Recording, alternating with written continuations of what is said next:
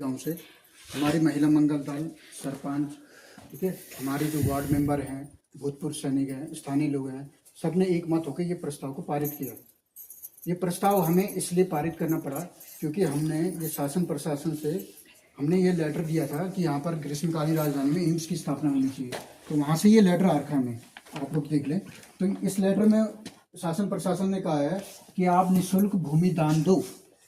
और एक हॉस्पिटल के लिए आप लोग जानते हैं कि बहुत बड़ी जमीन चाहिए, कम से कम 100 नाली या 200 नाली।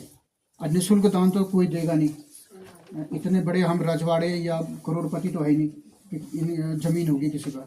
लेकिन जमीन हमने फिर भी पता किया, लेकिन निःशुल्क दान कोई नहीं दे रहा है। इसलिए हमने ये प्रस्ताव पारित किया और इसमें ग्रीष्मकालीन राजधानी भराड़ीसैंण में जो भवन बना है, विधानसभा भवन, उसमें स्थापना के लिए हमने सरकार पर दबाव बनाने के लिए ये भवन रखा है। क्योंकि ये भवन खाली पड़ा है कई सालों से, ठीक है ना। आप लोग गए हैं कभी उसके अंदर? कभी हम बाहर भी नहीं गए। कभी अगर जाने का मौका मिला ना, कभी जाना वहाँ। इतना आलीशान बना रखा ना नेता लोगों ने अपने ठाट बाट के लिए, सिर्फ हमारे ही टैक्स के पैसों से बनाया वो। तो झूमरे लगे। हाँ हाँ, वही तो हमने कहा कि जब उस जनहित में वो भवन काम आना चाहिए, ठीक है ना। तो सब लोगों की राय यही थी कि विधानसभा भवन को ही एम्स अस्पताल बनाया जाए, क्योंकि सरकार को सिर्फ घोषणा करनी है और डॉक्टर को अपॉइंट करना है और वो चालू हो जाएगा, उसमें ज़्यादा समय नहीं लगेगा, ठीक है ना। नहीं तो क्या है, अगर भराड़ीसैंण भवन में नहीं होती तो सरकार भूमि का चयन करे और वहाँ पर स्थापना करे, ठीक है ना। तो इसलिए हमने ये रखा है। और दूसरा, गांव-गांव हम हस्ताक्षर अभियान इसलिए चला रहे हैं ताकि सरकार पर दबाव बनाया जा सके। जब ये हस्ताक्षर अभियान पूरा हो जाएगा तो हम भारत सरकार और राज्य सरकार को एक कॉपी देंगे, उसमें हम समय सीमा देंगे 2-3 महीने का।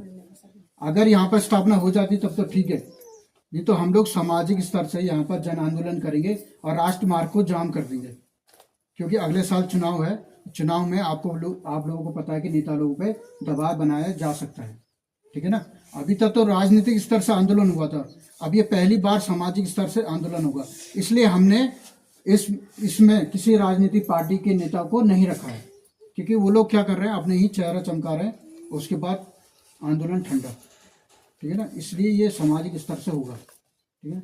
और ये तभी होगा जब हम लोगों में एकता एकमत और हम लोग जागरूक होंगे, ठीक है ना। नहीं तो आप लोग लाख कोशिश कर लो, आज हम लोग नहीं है जागरूक तो हमारी आने वाली पीढ़ी भी नहीं होगी, ठीक है ना। आज आप लोग देख लो, देश को आज़ाद हुए कितने साल हुए, तो क्या करना वो आज़ादी का।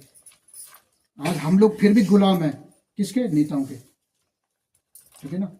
ये कड़वा सच